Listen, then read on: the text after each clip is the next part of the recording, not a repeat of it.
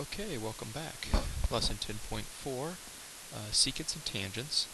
I'm assuming that you have looked at the vocabulary for the section. That was a 6-minute video on secants and tangents because I will be using that vocabulary. So be sure to get those in your green booklets. The lesson here is going to be fairly short, although the examples are going to be a little bit more involved. So there's just really a couple of concepts that we want to get across here. The first is the relationship between the radius of a circle and the tangent line. A good activity would be, if you had Geometry Sketchpad at home, would be to try to create a tangent line to the circle. There's going to be one key in order to create a tangent line. As you can imagine, I can't just take a line and construct it. Although that looks like a tangent right there, it's not dynamic. I can jerk this around and it's not dynamic. I move this, it's not attached. If I take a line and maybe just touch it right here, now those two are attached, but it's not tangent. It's not dynamic in that sense. So not liking that. So take this stuff away here. And let's try this again. I'm going to create a circle, and the relationship here, and the way that I'm going to construct this is I'm going to create a radius, and at this radius, what do you think the relationship between the radius and the circle, or the point of tangency in the tangent line is? They've got a relationship, and that relationship is perpendicular. So I'm going to construct a perpendicular line at that point of tangency, and now I've got a dynamic tangent line to the circle. Okay, I can't jerk it. As I could jerk this circle around, it is perfectly and always tangent, one point of contact. So with that, we have this relationship.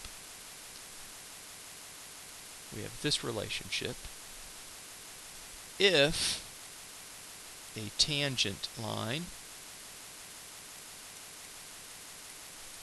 if I have a tangent line, then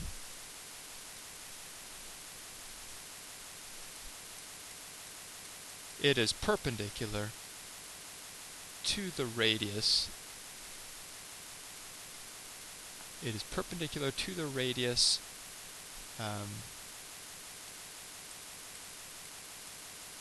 at the point of contact. So that radius at the point of contact is going to be perpendicular to the tangent line. Okay. Similarly, this works in the opposite direction as well. So if I have got this fact, if I have this fact as well, if it is perpendicular, if a line is perpendicular to the radius at the point of contact, then I must know that it's a tangent line. So this is a biconditional statement working in both directions. All right? So let's read it one way. In blue, if I have a tangent line, then in red, it is perpendicular to the radius at the point of contact. And then I can read it the other way. If I have a line perpendicular to the radius at the point of contact, then it must be the tangent line. Okay?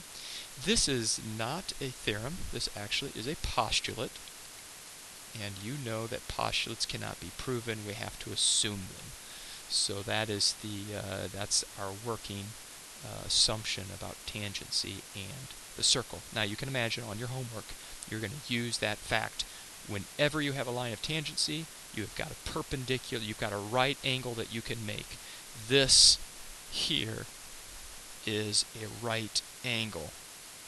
And that is a very important fact. Okay? Moving on. Let's take a look now at an important theorem.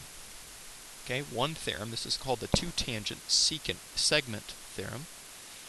As you can see here, I have got a circle with two tangent segments that share one external point. So if I were to build this, there are my tangent lines. There are my tangent lines. You can see how they interplay. So these two lines are tangent.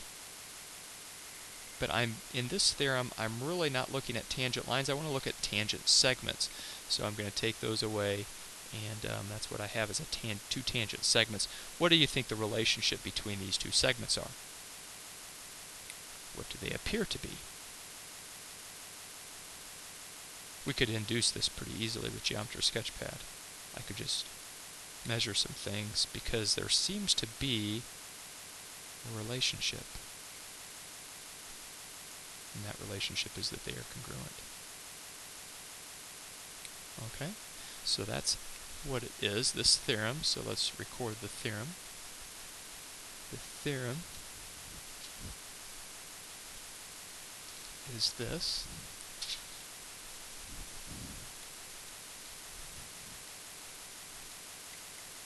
If two tangent segments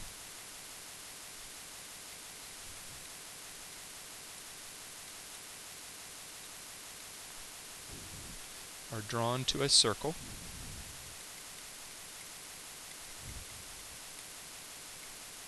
from an exterior point. If two tangent segments, this is my given information, this is my condition. If two tangent segments are drawn to a circle from an exterior point, then I can conclude, I'll mark this in red, the tangent segments are congruent. Okay, the tangent segments are congruent now. Very important and powerful theorem. So on your homework problems, be looking for that.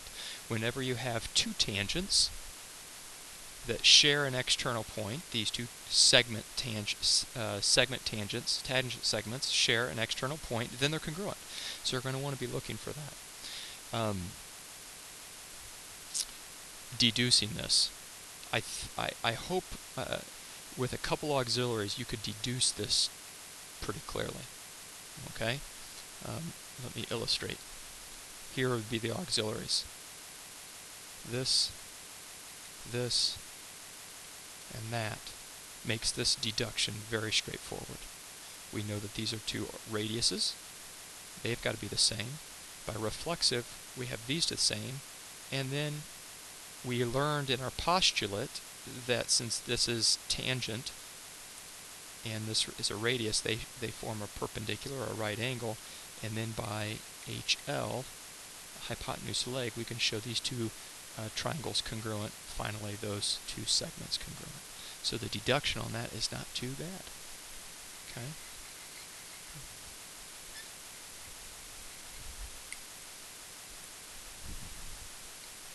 All right. Before we move, we'll move on now.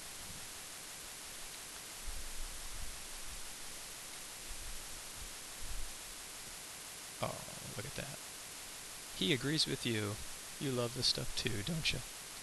All right. Whoa. Stop that. Okay. Example 1. Some of the problems in this section can be difficult. What's going to be difficult is being able to piece together the figure. There's a lot of vocabulary, so I'm going to illustrate this one, and it would be great if you paused this video and tried to draw what this says up here. That would be a great exercise, but let's get into it. Segment BC is tangent. Segment BC is tangent to circle A at point B. Okay, what does this say right here? All right, there's a lot of information right there. I'm dealing with a segment that's tangent to a circle A at point B. So that means I've got a circle. There's my circle A. And I've got a tangent line, or a tangent segment. B is on the circle. That's the point of tangency. Its end point is C. The radius of the circle, A, is 6 centimeters. So that radius right there is 6 centimeters. Now right off the bat, we should know the relationship between that tangent segment and that radius, right? It's perpendicular. BC is 8 centimeters. So let's write some of these things in. This is 6. This is 8. Some of you can see where we're going with this. Let's finish this off. Secant segment, oh, what's a secant segment? Secant segment DC. So I see point C here. That's point C. It passes through the center. So we have got a secant segment that's going to look like that. There it is. Passes through the center of the circle A. And the question now is, what does DC? What is this? What is that length? All right. Well, again, let's use the postulate from today. I see a tangent line, or a tangent segment, and I see a radius at that point of tangency. I know then that they are perpendicular. So perpendicular, 6, 8. This must be 10. This must be 10, but we're not done yet. We want to find the whole length. So we notice that, oh, well, we know that this radius is 6, so this must be 6. And so our total length must be 16 centimeters. Okay, so that's an illustration where you're using the postulates, using the notion of perpendicular. Okay, and then we're back to our old shenanigans, using Pythagorean theorem, looking for triples, that good stuff. Let's go on to example number 2.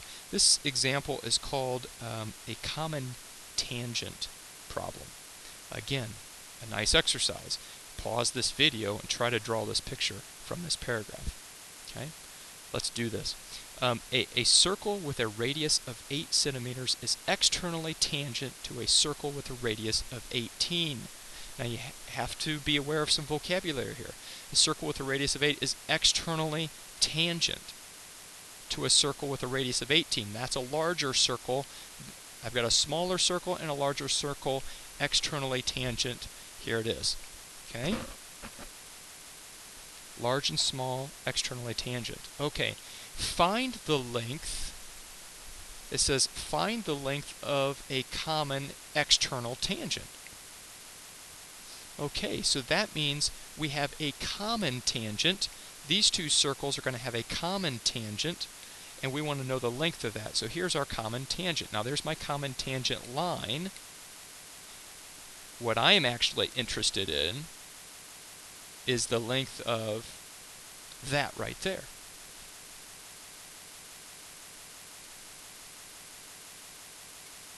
Okay, we'll make that thick.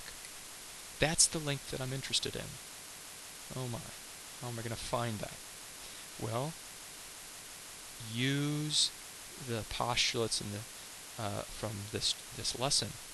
What relationship do radii, which we know this one is 18 and that one's 8, what relationship do these have? Let's be savvy about where we're gonna think about that radius right there, because I know that that is. I didn't want that showing yet. Oh nuts! You've got a little bit of a hint there. I'm going to position those so that they are perpendicular. Because if they are at the point of contact, I know that they're going to be perpendicular at the point of contact. All right. Next, we're going to draw our segment joining the centers. That distance exists. Okay, that distance exists. Let's just draw it in. So we've drawn it in. That's the distance between the centers. And next, this is the clever auxiliary. that you probably wouldn't come up with that I accidentally gave away, and that is draw a line parallel from the smaller circle, the center of the smaller circle, parallel to the tangency, the tangent segment. That's parallel. And now it all falls out with relative ease. Okay? Since this distance here is 8, this distance over here must be 8. If this distance is 8, and this whole radius is 18, that must mean this is 10. Now, we know a lot about this length here, because this is a radius, which is 18, and this radius is 8, to make a total value of what? 26. That length is 26. Now, if these two were parallel, if this is parallel with my tangent, this is a rectangle. That means this is perpendicular. Now, what do we have here, folks? We've got a right triangle. So let's use that right triangle and solve for the other leg. So I've got 10 squared plus this distance, I'll call it x, this distance x squared, equals my hypotenuse, 26 squared.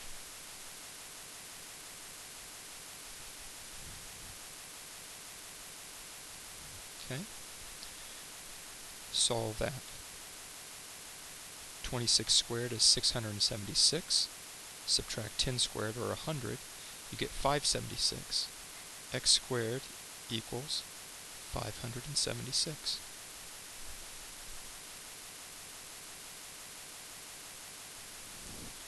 Square root of 576.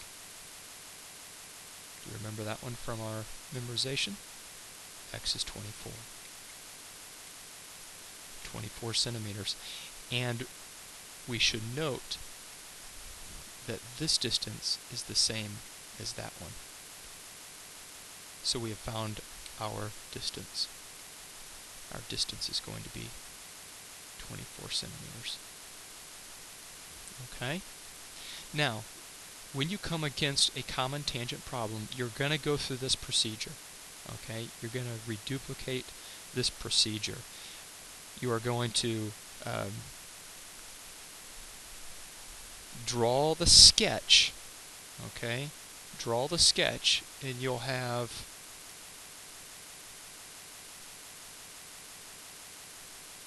there we go. Once you draw the sketch at this point, I'll clear those. Okay? So always start by drawing the sketch. That's the first thing. That's what the problem shows. Then you're going to join the centers, and you're going to draw this parallel line, and everything else falls out from that. So those are the two steps. Draw a line containing the centers, draw parallel, and then realize that you have got a rectangle here, and everything else falls out. That is 8, that is 10, this is 18, this is 8, this is a right triangle. Solve for that, which means it's the same as the other side of the rectangle. Alright, I'm not going to belabor that anymore because you can rewind that and watch it as many times as you'd like. The final example that I would like to show is called a walk-around problem. Alright? Given each side of the quadrilateral ABCD is tangent to the circle, we have so all of these are tangent. Now you can imagine there's a relationship here. You can see as I tug on this, they toggle, right? And these are all tangent segments. I've got a bunch of tangent segments, right? Well, you should be thinking, well, what do I know about tangent segments? What did our theorem say? We're going to be probably using that. So let's pencil in our givens. AB is 10. AB is 10. BC is 15. 15. AD over here is 18. and we want to find CD. CD is fixed based on those measurements. All right, well, here's what we're going to do. And this might be the savvy part that I want to show you.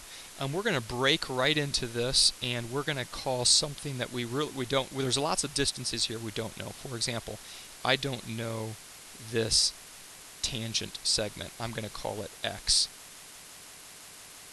Okay? Now, if that is x, what is this? Well, it's 18 take away x. And if that is 18, this is why we call it a walk around problem, because I'm just going to walk around this figure, okay? Figuring out each of these segments. So this has got to be 18 minus x, because these are the same. All right, now, what is this one? Well, that one is going to be 10 take away 18 minus x. Because the whole distance is 10. I'm going to take away 18 minus x. And now we got to be careful here with our math. This is going to be 10 minus 18 plus x, because I have to distribute that negative. So 10 take away 18 is a negative 8 plus x. Negative 8 plus x. Well, these are congruent, so this is negative 8 plus x also. And what is this one? You guessed it, 15 minus a negative 8 plus x. Simplify that. You get 15 plus x, or I'm sorry, plus 8, and minus x. It's 23 minus x. And these two are the same, so that's 23 minus x.